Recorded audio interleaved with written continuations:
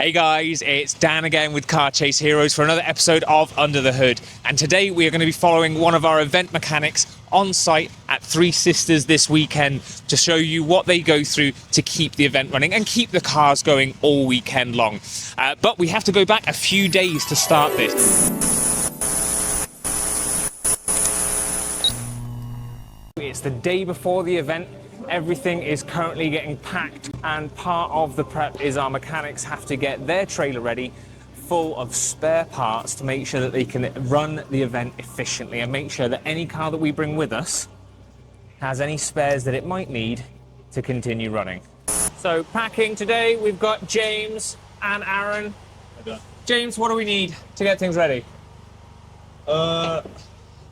Fortunately, Aaron is going to be prepping the trailer today, but he's fairly new with us, so I'm just going to run him through what we need, and then I'm going to leave him to it and check towards the end. If we had just come straight from an event, usually we would write things on here, so like brake pads, all random consumable stuff that we use, but because it's been a long break now over winter, there's nothing on there, but obviously we'll still check everything. It's worth noting that over the many years that Blendini Motorsport and Car Chase Heroes has been running, we've developed a rather efficient system for keeping the cars alive on the driving experience days. Now, the mechanics kit itself might look a bit minimal, especially compared to full-blown race teams. But those teams are usually dealing with one or maybe two cars of the same make. Here, there's everything. So instead of bringing everything possible, the team brings everything probable. It might look like a random collection of parts and consumables, but in reality, it's been carefully curated over years of experience. Brake pads are another fairly important detail. Going fast is great, but stopping is usually considered essential. You never have too many rags. Take tyres, for example. They'll check if there's enough life to last the entire event based on previous data. And if there is some tread remaining, they'll often change them anyway. Things are a little bit different, however, for the high-speed ride cars. These will almost always go through a full set of tyres every single day. So for those, spare wheels and tyres are prepped and ready to go. No tyre machine, no delays, just a quick swap and back out again. Now, in the event of a puncture, they don't travel with a warehouse full of tyres. Instead, it's far more efficient to deal with that locally. Out, well, they're starting to go out. Constructors are collecting their cars. What's the plan kind of first thing this morning? We're here. What's the timetable? The rest of the keys out. Kind of just keep an eye on everything then. Yeah. For the day. Yeah. What's the first thing that you kind of have to do? Is it all kind of reactive at this point? I'd probably go around and check ride stuff. So atoms, golf, BM. Stuff that's getting the heart of Yeah, use. just have a look at them first. And then keep an eye on the older stuff as well. Just because you need a bit of love. Kind of just a general patrol until something comes at us, then, really. And if you can hear something, smell something, that's normally See something, say something type thing. Yeah. I suppose a lot of the hard work's been done back at the workshop then in preparation. So fingers crossed, you're here just as a pretty face. Normally, if you say that though. Oh, I've jinxed it. That's my bad. Before the track even opens, the instructors are already out with their assigned cars, doing final checks and making sure everything is as it should be. There's a car over here already. What's going on? Well, it's fixed now. It's fixed now, is it? What was the problem? Just the handle, door handle. And it can sometimes be as simple as that, is it? Yeah, bit of spray, bit of magic. It was just stiff. I can't believe it can be sometimes that simple. It's not always that way. I look really tired. I'm having a really good time. Before the day has even officially begun, the Cortina arrives. During the instructor's walk around, it's already showing a higher than expected engine temperature at idle, which, as problems go, is not one you ignore. What is going on with that Cortina then, as it's come in? What's the crack? Just going to check the coolant once it cools down a little bit. While the Cortina is left to cool down slightly, a Mini Cooper arrives. Because despite all the careful preparation, older cars still do have character. And by character, we mean quirks you can't plan for. Add in a choke, something most people haven't seen since about 1994, and suddenly, starting a car becomes less of a process and more of an art form. Is the Mini giving you jip? No, that's old cars. That's just how they go. That's how they are. There it is. Bit of patience and a bit of love is all it needs. Yeah. That's the sound of the 1980s, isn't it? They all do that. So is this precaution more than anything? Because he's kind of had a bit of a complaint with better safe than sorry type thing. Yeah, I'd rather just check the level, make sure it's where it should be. Now the Cortina is cooled enough to investigate properly, Luke starts, as always, with the simplest possible explanation. Because in mechanics, as in life, sometimes the obvious answer is the correct one. And when it is, you take the win. So even though this is coming for a relatively minor thing, you've just gone and have a quick check through, you've added water, and you've just kind of... Coolant. But you've just had a brief check through and just make sure everything else is all right, I suppose, preventative maintenance. Yeah, just have a little look over it, maybe. Might be worth driving it later just to see how it is. And yeah, give a bit of feedback for when you're in the workshop and stuff like that. Okay, so beyond just making it run right this second, you're also thinking ahead to, you know, let's see if it is a further issue that we need to... Yeah, bag in. pretty much, yeah. The newer stuff is slightly easier to figure out and look at and stuff, whereas the older stuff makes more noise, makes more smells and stuff that could be an issue. But it might just be character. It might be, yeah. Yeah. Enjoying old cars is a bit of a curse.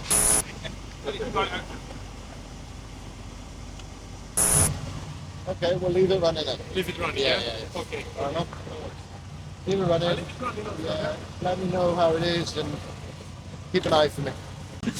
He said it wasn't idling, but is this just a case of it's cold, the cars are modified? Could be something, could be nothing. Yeah. Just a case of kind of assessing what is important to look at and what is, you know, carry on. Yeah. If it was smoking like crazy or if it was erratic with this idle, then yeah. The instructors keep an eye on it for me and let me know if it gets worse. If it does get worse and it becomes a problem or potential to be a problem, then we have a look at it. If you're going to dive into something that isn't much of a problem that you can see, can cause it to be a huge problem. In a minute, when it kind of calms down a bit, I'll go and drive it, see what it's like. It could just be the case that by that time that you go and drive it, it's warmed up, that there's nothing wrong at all. Or it needs a bit of fuel, or...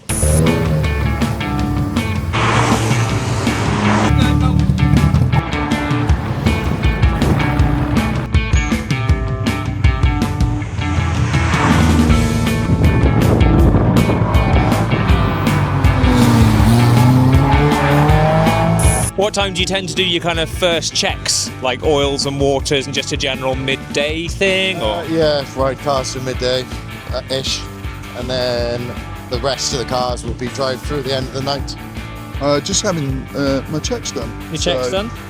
Talking up the wheels. Excellent. And we're just going to check the pressures on the tyres. So I'm going to start doing hot laps soon. So you know, we'll start the car off on a nice, gentle, soft building temperature and pressures. Just making sure that the tyres are not got any cords showing, and then yeah, just have a look over it, brake pads. I'll check the oil in a minute, check tyre pressures as well. Yeah, just to make sure it's alright, but we don't want to be taking them off, those tyres now, because it'd be a waste really. Well, that's the thing. A lot of people don't realise that race tyres haven't got tread on them. It's just the amount of rubber anyway. So all we're doing is using the maximum amount, which is still going to be absolutely fine while it's dry. Yeah, they are road tyres, but yeah, trying to treat them in that sort of manner is good. So the day is fully underway now. Cars have been going around the track. It's all looking very good. So let's go and get an update from Luke and see what's been going on. Cars are okay for a minute. Yeah. I mean, that's a testament to obviously getting them prepped and all the bits and pieces this morning. Boys in the workshop and everything we try and do.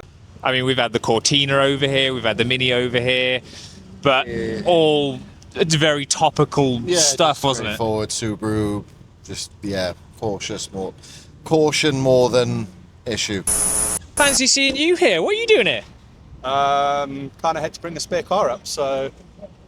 The things that we do to keep things running. So you've come all the way from South Wales just to bring us a spare car? Yes.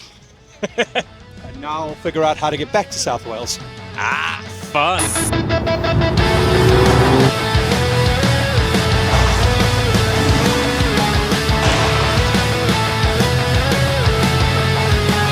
By early afternoon, things have been running smoothly, suspiciously smoothly. Then, the 1975 Vantage arrives. It hasn't even made it onto track with this customer, and it's already producing steam from under the bonnet, which is never part of the design brief. Before jumping to conclusions, they check the usual suspects, because guessing is expensive. Diagnosing properly isn't. What's happening here then, Luke? Time to find out. Not much we can do until it cools down. Yeah, let it cool down and then go from there. Yeah. Something else, it looks like it could be a coolant hose somewhere, maybe. Charlie, what's going on, dude? What happened to your car? God, it's been a day, hasn't it? Yeah, unfortunately, it's a classic car, you know. They've been around for years. Things do tend to happen with them. And I think we just left it running a little bit too long, and it's just started to overheat when we started to move away. That's the thing with all these kind of modifications and things like that. It's not about big power. It's about making these cars do something they were never designed to do. You know, they were never designed to run on a track all day, every day, 9 hours a day. It's nuts. So just watching it, really, isn't it? Yeah, exactly. But, you know, as I said, the mechanics do an amazing job. Just to get these cars out on circuit is an amazing thing. That they do need to be looked after just to get them back on track. But when they do, God, they are good. Yeah, real life happens. Unfortunately, our cars do break down, but we have wonderful mechanics who come and fix them very promptly. Do you think the patch that you can see on the rocker cover there, do you think that's kind of a bit of a clue as to what might be happening? Yep. A little bit of coolant there, a little bit down here as well, so bottle, smaller overflow pipe, return pipe. I mean, if it's as simple as a hose, that would be kind of best situation.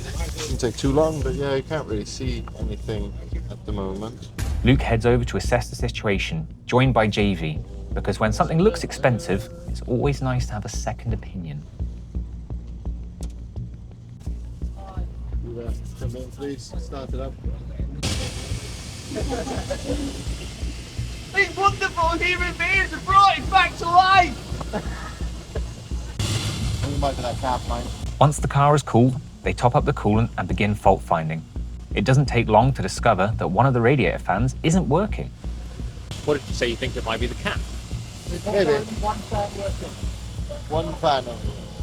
One of the fans working, the wire's broken off one of the fans. Now it's just a case of confirming whether that's the cause of the overheating at idle, or just the beginning of a much more interesting problem. Yeah.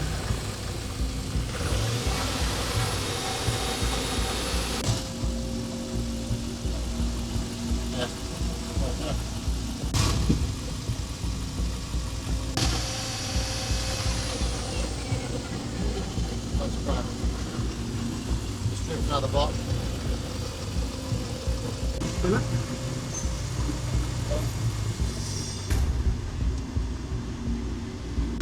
I think that's going down the internal drain on the bottle.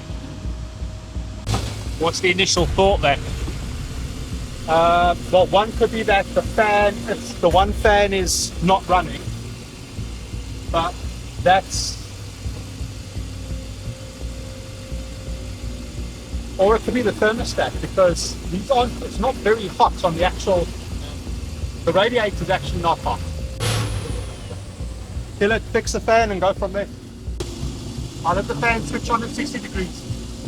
So far, not like a necessary broken thing, but adjustments to the day, I suppose. Yeah, just a few bits and bobs, get them sorted. But it's not really anything too major. I think it just, obviously with that one fan shutting down, it's just built up too much heat and then lifted the cap and pushed water out. So put water in it, we'll sort the fan out, have both fans running, and it should, in theory, keep the temps down to where we need them to be. Simple as that. It's old cars, isn't it? They just take a little bit more. That's it. Simple as. After going quiet since the morning, the Subaru is back. And the misfire, it's worse. So you've been in the Subaru today. What's going on? Why you brought it over to Luke? Well, all nice until now. I had a junior, and the last half of lap started to run in 2 or 3 cylinders, I don't know. And I just came straight to the mechanics. Because the most important thing is to keep the cars healthy after we keep the safety healthy for our customers. I've been feeling it a bit weird. Hopefully it's something, just something small. Hopefully, because I want to get back. I got plenty of customers. It was something similar to what a misfire is like. Okay, and that's what he's Yeah, come yeah. in with, it kind of essentially misfiring to his Yeah, understanding yeah, at least. Out comes the diagnostics computer, plugged in to see what the car has to say for itself. Because unlike older cars, this one can actually complain in detail. It's easier to plug a newer car in, something you can plug in, just to save you the time. Yeah. Okay. I suppose something like coolant, it's easy, it's coolant, it's physical, it's there, look. Yeah. But a misfire could be fuel pump, spark plug, leads, etc. This kind of narrows it down for you. Yeah. What was it? Leave the MAF unplugged. Uh, It doesn't run with the MAF on. right. It's got a weird something going on with it. That was unplugged though, and it was still doing it. It just fired, unplugged it, fired up, and the misfire Yeah. is number. If you're sitting looking at the engine, Yeah. I think it's number 4 is the back on that side. Right. You're gonna have to undo the plug. I think the wire to the coil plug Yeah. is messing around. So if you put your hand on it, you can hear it changes, motor stops missing. Yeah. I've done that and then revved it, and it's revving clean. So if See you how just it goes then. if you undo the wire, there's probably either going to be a wire's pulled or a wire's touched or a wire's Open and- something's gone wrong with that, and that'll clear it, and then it'll start to run with the thing unplugged. There we are. Cool. Man like Subarus. Do you think it's a South African thing? Might be, yeah. So we're coming towards the end of the day now. We've had a couple of breakdowns, but so far everything has gone back on track and we have a full fleet of running cars. Now all that's left to do is the final drive-through checks of the day to make sure everything is ready for tomorrow. So we're checking oil, water, tyres, brakes, just to ensure everything is safe and ready to go for tomorrow.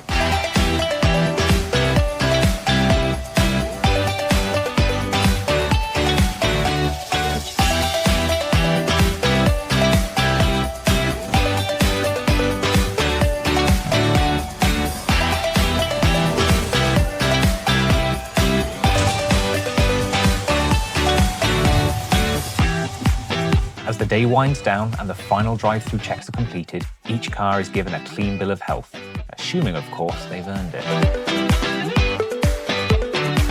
All the keys and logbooks are then collected and stored securely, and the logbooks are checked through, flagging anything instructors may have noticed throughout the day. So the day is done, all of the customers have driven their cars, and we have nothing broken as far as I can see. Luke, how have things gone? It's been okay, mostly. Pretty busy. But yeah, it's been alright. It started off pretty quiet, it got busy as it got later in the day, didn't it? Yeah, there's a couple of bits to have a little look at tomorrow, like that soon. But yeah, just make them work, make them do it now, you know. That's all it is to it, just make them work, make them go around type thing. But it's a testament to you guys obviously prepping them and you being here, the fact that everything out there is still running. We haven't got a car that's dead, and you know, everything will run tomorrow. Hopefully it'll be alright tomorrow as well, so yeah, we'll see. Touch all the wood. Nice one, excellent. Well, it's been an absolute pleasure following Luke around today, but join us on Under the Hood for the next episode.